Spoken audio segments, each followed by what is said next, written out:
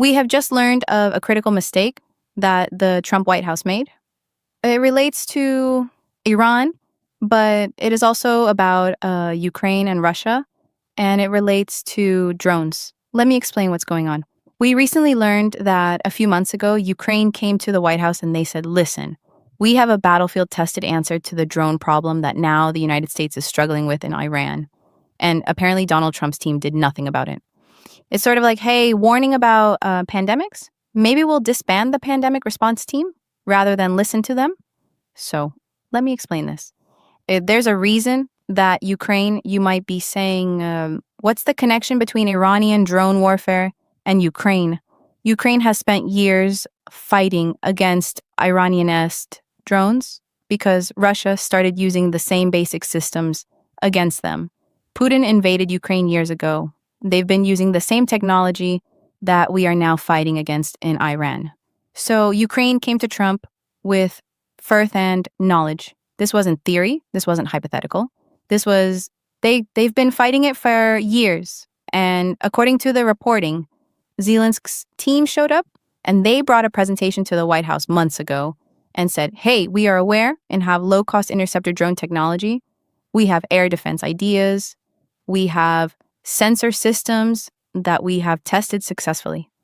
Trump was reportedly interested enough to say to his team, work on it. And no follow-through ever happened.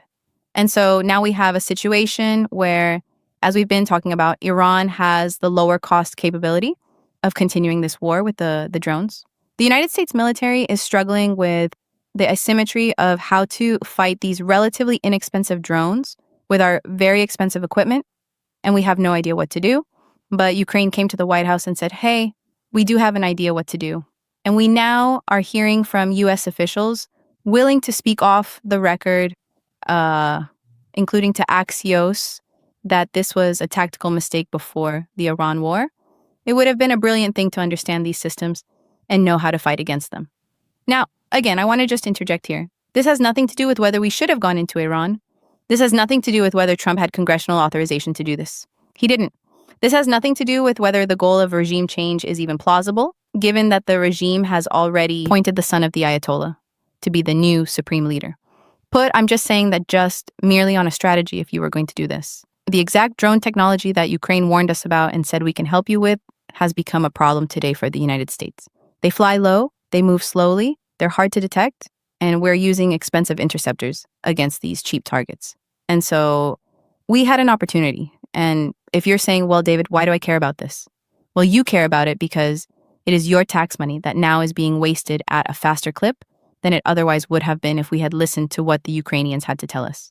It is Americans who now are at risk of being killed if this escalates as a result in part of our inability to deal with these cheap not Ukrainian, Iranian drones.